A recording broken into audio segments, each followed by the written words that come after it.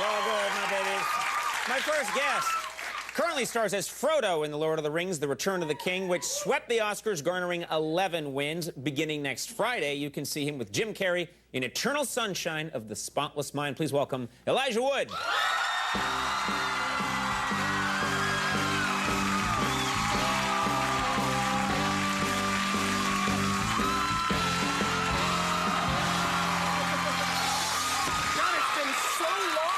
I've been on this show. You were here like 3 weeks ago.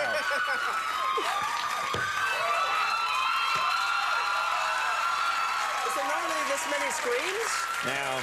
Wow, there's a lot of women in the audience. Yeah, it's crazy tonight. It's kind of exciting. This happens whenever you and I are together. First of all, sincerely, congratulations. I haven't seen you since this incredible night, and you've been on the show a bunch of times, and this is insane. Yeah, I mean, it's Clean well-deserved.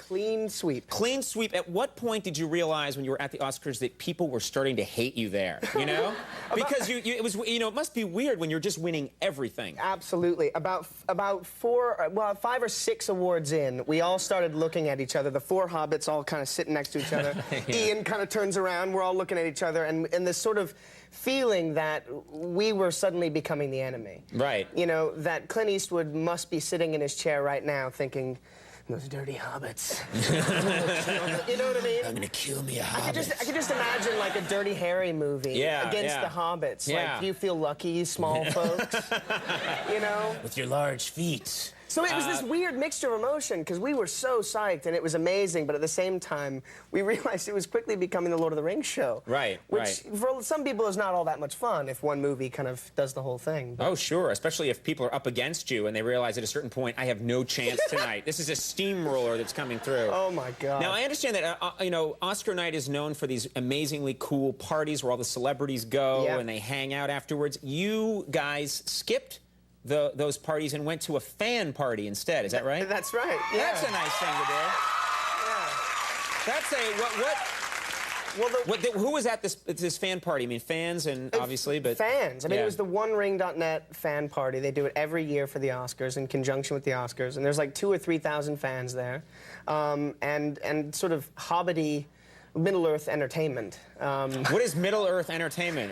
They had a roster of bands that did sort of Celtic music, and in fact there was a sort of Hobbit rap band, and I believe they were in costume as well. Yeah, like Hobbit rap band. Middle-earth rap. Middle-earth rap, and it's all about Mordor, and we got to get to the, you know... and Frodo and yeah, exactly. Oh my God! Did they still say biatch every now and then? They still throw that in? You know, I didn't actually hear it, but I'm sure they do. I bet it'll be interesting. They got to mix it up a little bit. Exactly. That's so strange. Now, tell me about the Lord of the Rings fans, like the hardcore ringers, fans, which is what they're called. They're called what? Ringers. They're called ringers. Now, are the lady ringers attractive? The lady ringers happen to be very attractive, and there's a lot of them, oddly enough. This is a very male-based book, or seemingly so, but it's predominantly women who are the fans. And you could blame that on Orlando Bloom or Viggo Mortensen, but it's mostly women, and they're all... Or you. Come on, give yourself some credit here. Thank you. They're all incredibly sexy. It's that kind of hippie, sort of groovy, you know, kind of fan. As opposed to like a Star Trek, which is a little bit more kind of techie and slightly obsessed in a sort of technical kind of way. So you're saying, and this is going to get you in trouble, and I hope so. I really don't want it to get me in trouble. That you're saying that Star Trek fans, that they're not as attractive as the Lord of the Rings fans. That's what you're saying. Just say yes. Not necessarily. There's just a different vibe. How about I tend to like the vibe of the Lord of the Rings fans. How about this? The Lord of the Rings ladies, they're more in touch with their emotions, whereas the Trekkie fans have done away with human emotion. Yes. That's it. Exactly. And they, there's that whole elf thing, too. Right. Well, elves are very sexy. Sure. And so a lot of the women dress up as elves. Sometimes they dress up as hobbits, not as interesting. Right, yeah. But a lot of the times as elves, which is incredibly lovely and sexy and feminine. Whereas the Star Trek ladies have they live in the future, like, right? Super clean line suits and things. Right, and we don't need to have sex. Machines do that now. Exactly. Let's go to Primar 9 and visit the Council of 12, you know? Can you always do that voice? It's the greatest thing ever. I don't know if it's the greatest thing ever, but it's one of my this from the guy whose movie just won 11 Oscars. That voice you do. Do you now? We've talked about this before, but I'm a little worried that you and the other actors who played the Hobbits in the movie, you guys have spent a lot of time together, and you still like to spend a lot of time together. And there's talk of maybe you or the other Hobbits building a Hobbit home and living there. Is that true? Well, there's truth to that, kind of. Yeah, we all do spend a lot of time together. The Hobbits have kind of taken on a life of their own in the sense that, you know, the relationships have carried on. Sure. So we all spend time together normally. And we've talked about getting some land in New Zealand just to kind of keep the connection with that place. And a hobbit hole has kind of been mentioned, but I don't think that'll end up digging a hobbit hole. You realize that could be a bit weird. You realize it's going to get old real fast. You guys are going to be in there like, this is really cool, and then an hour later, oh my God, what have we done? We need cable and we need it fast. Right. But it would make a cool reality show, and I'd be willing to produce it if you and the other, hear me out, if you and the other hobbits in your hobbit gear lived in a hobbit hole for like 8 months, and we filmed it. And we see what happens. See what happens. You guys have the big rubber feet strapped on, and the whole thing. As hobbits, the whole time. As hobbits, yes. I'd do that. Yeah, this is. Let's pitch it to the network. Come on. This is the worst career move you've ever made, but thanks for going along with it.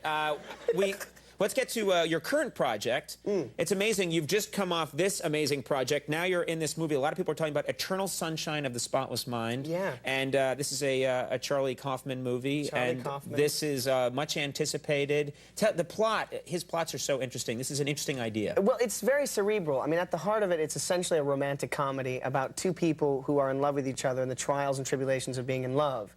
But really, it's about Kate Winslet's character erasing Jim Carrey's character from her mind, and then him doing the same thing to her in sort of, you know, a quick reaction. And the movie actually takes place mostly in his mind as he's losing his memories of her, and he realizes midway through that he doesn't want to lose those memories. He wants to go back the other way. Exactly. And that's essentially what the movie's about. We have a clip here from Eternal Sunshine of the Spotless Mind, and anything we need to know about this specific clip? Or? Yeah, I play this character who's kind of stealing Jim Carrey's identity after he's been erased from Kate Winslet's mind, and she's kind of starting to become confused about it, so... Let's take a look at this clip.